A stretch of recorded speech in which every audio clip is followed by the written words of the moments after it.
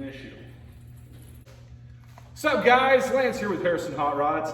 I've got a new little project that I wanted to share with everybody. This is the ZTFab welding cart kit for my Everlast 210. This is a really nice kit. It's prefab, very heavy wall gauge steel. These tires are like really nice hard rubber with looks like a cast. Oh, it's even got bearings in it. Dang. Yeah, this is fancy, guys. I'm not used to having nice stuff, so I splurged a little bit. I wanted to have a nice welding cart, so I bought this. I saw this on one of my other YouTube channels, and yes, I just popped that. My bad. But anyway, the main thing I wanted to show you guys is how well packaged this was. I mean, I could talk all day, and you've probably seen 100 other videos about ZTFab if you're into the YouTube thing. But man, they make sure your parts are protected. They've got this adhesive bubble wrap on everything, which can be a pain in the butt to get off because it seems to stick to the metal better than it sticks to itself. But this is a really nice kit, guys, and I'm going to kind of walk you through the process of how to put it together. I'm not the greatest welder in the world. I never claimed to be, but this is just one of those things that I really wanted a nice one-off piece that nobody else around my area anyway is going to have. So when people walk in my shop, they can appreciate it. I mean, this is a builder's, like a fabricator's welding cart, and that's what I'm aspiring to be. So that's what I'm going to try to do. So sorry about the mess. We're still in the progress of getting everything cleaned up. I've actually got a quote from a spray foam company. They're going to come in and spray foam insulate this with a 2-inch closed cell. And that means we got to get everything out of here and then get it spray foamed, put everything back in. I'm going to put a nice big sealable door so I don't have to worry about the dirt. Something about me that you guys might know is I'm from the Oklahoma Panhandle, which if you don't know where that's at, if you point like this, I'm right there in the middle knuckle, and it is very windy here. Everybody says that it's so windy here because Kansas sucks and Texas blows. So the dirt here is just astronomically bad. It's a real fine sand, and it just blows into everything. And this is my great grandfather's old round top, farm round top. And it was never meant to be a clean environment. So we're going to have to take steps to make it a nice clean environment so that we can build some quality stuff. Over here, I'm going to build a 25-foot mezzanine and have a car paint booth over in the corner and a powder coating oven over in the corner. And then I'll have the other half of it, because it's 40-foot wide, the other half of it is going to be my machine shop, where I'll have a lathe and a mill and a CNC plasma machine.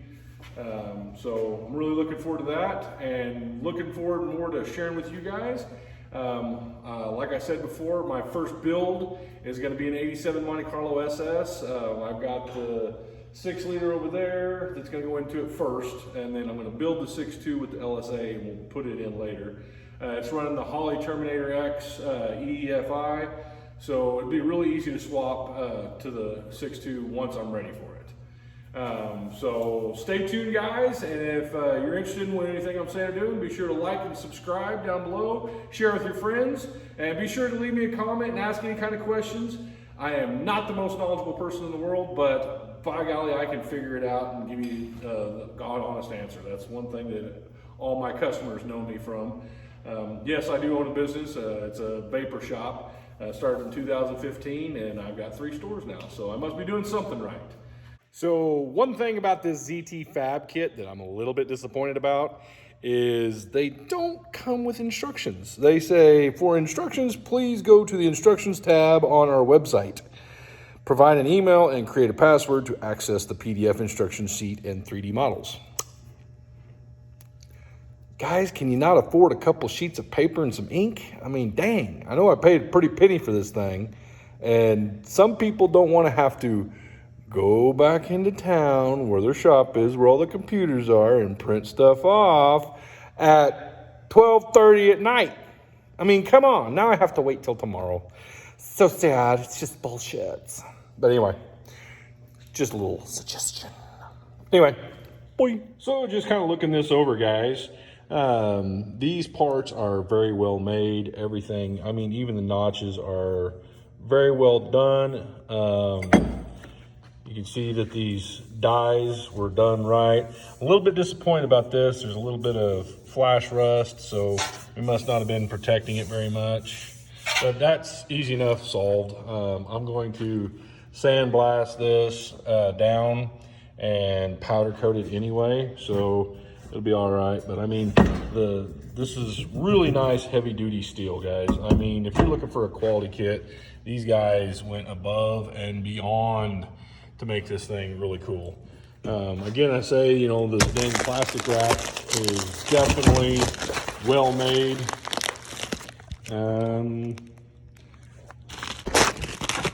So this plastic wrap that they put this stuff in has definitely got some good adhesive properties. It likes the steel. It doesn't stick very well to anything else, including pans or anything else, but my goodness, it likes that steel.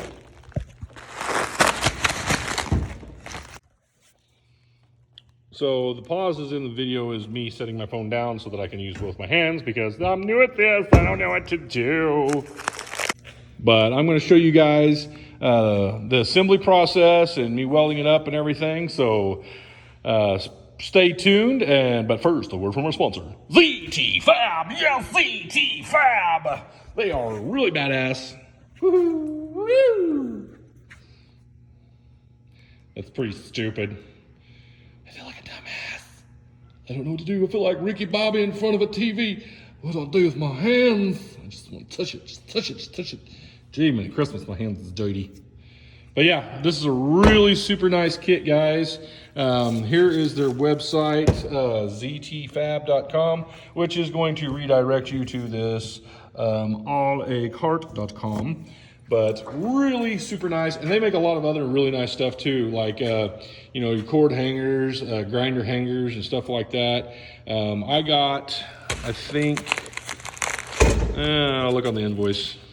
Don't look at my personal stuff. I have to beep it out. Oh, there's a finger. Hi, there's a finger. I got the 3-cord hangers, accessory tubes, and the dual 7-inch tank. So, oh, I'm gonna have to blink that out now. So I got the 3-cord hangers and the accessory tubes and the dual 7-inch bottle kit. So it's gonna be super nice, guys. So stay tuned. Okay, guys, I just finished welding up the first 2 pieces. Let me show you here.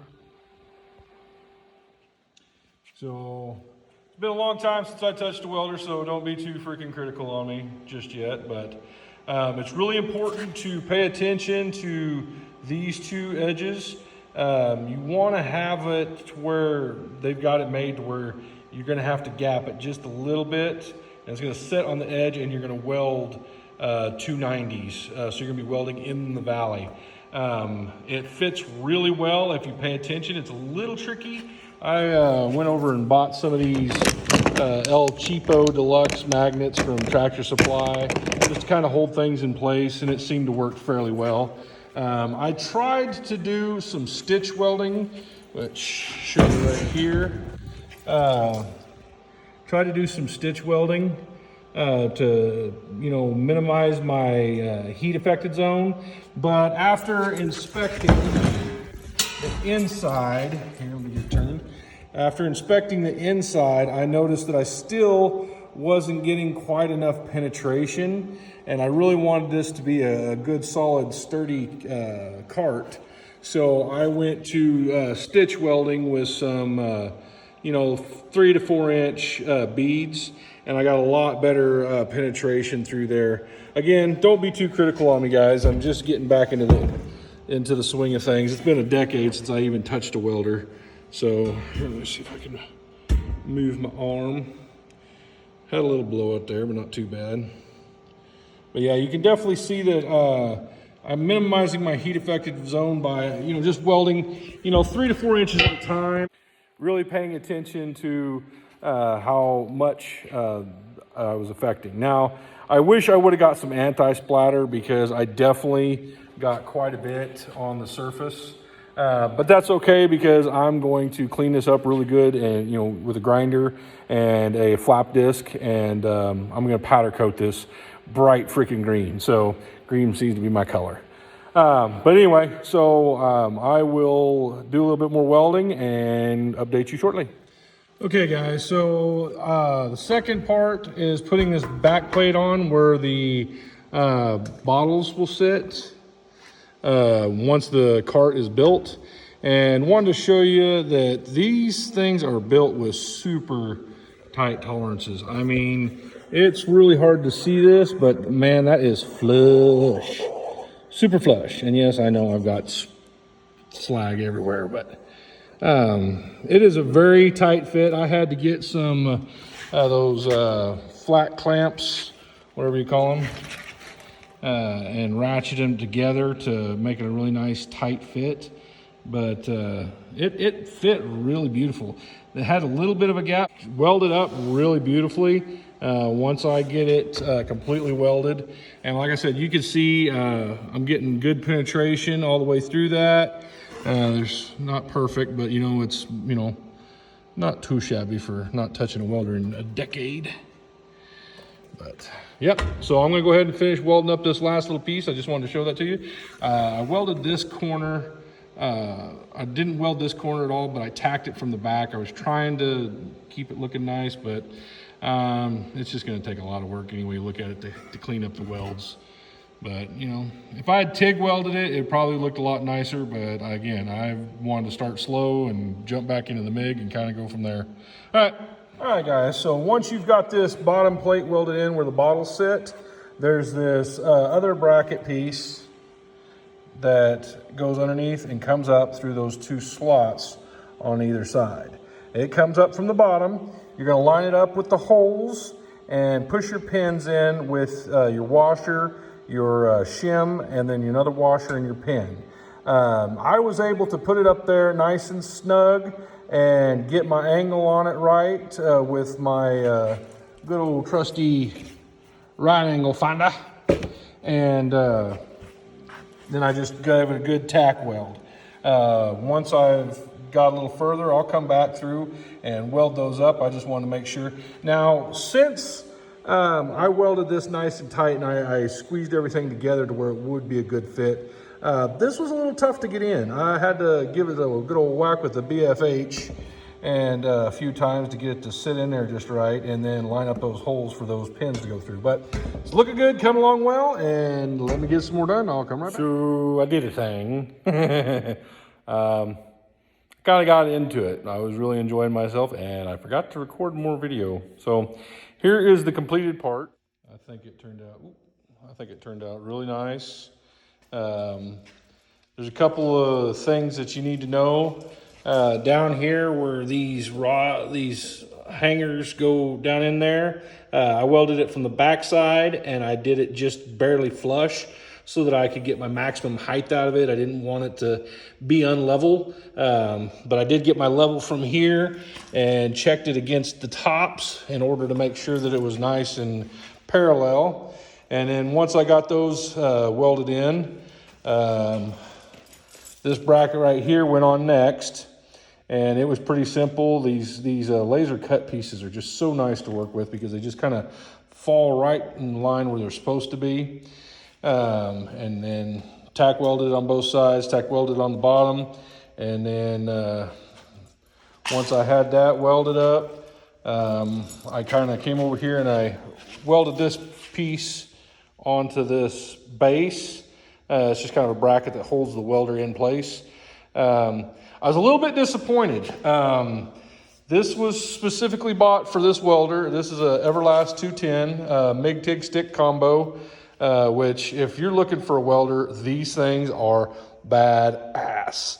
I did a lot of research on them, but if you can't figure out, I love green, so I like to buy green things, but that was not the deciding factor, obviously.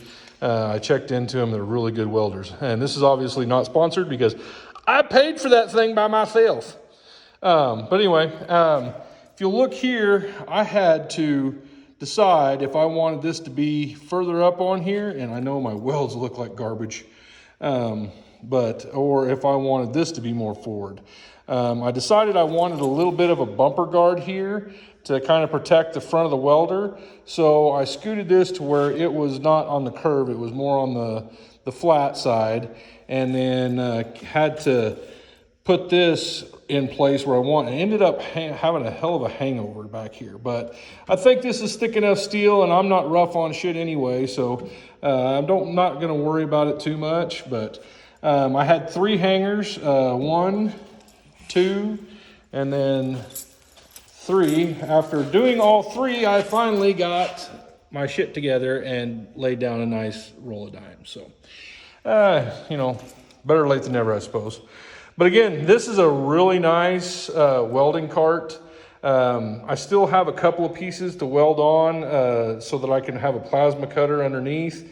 And then I think I'm gonna go ahead and buy the drawer too, so that I'll probably put the plasma cutter on the bottom and then the drawer in the middle, just to have some consumables and stuff like that in there. Obviously, you know, you got your torch gel from Radar, and I just threw my little chipping hammers away down in there, which you really don't need chipping hammer with MIG, but you know, I'm a farm kid, so I always have those handy. The brushes come in handy anyway. You just grab the old bugger and give her a rub, and it takes that nastiness and just kind of shines it right up. But like I said, guys, I am not the best welder in the world, but I can hold my own. I can make things stick. I strive for deep penetration.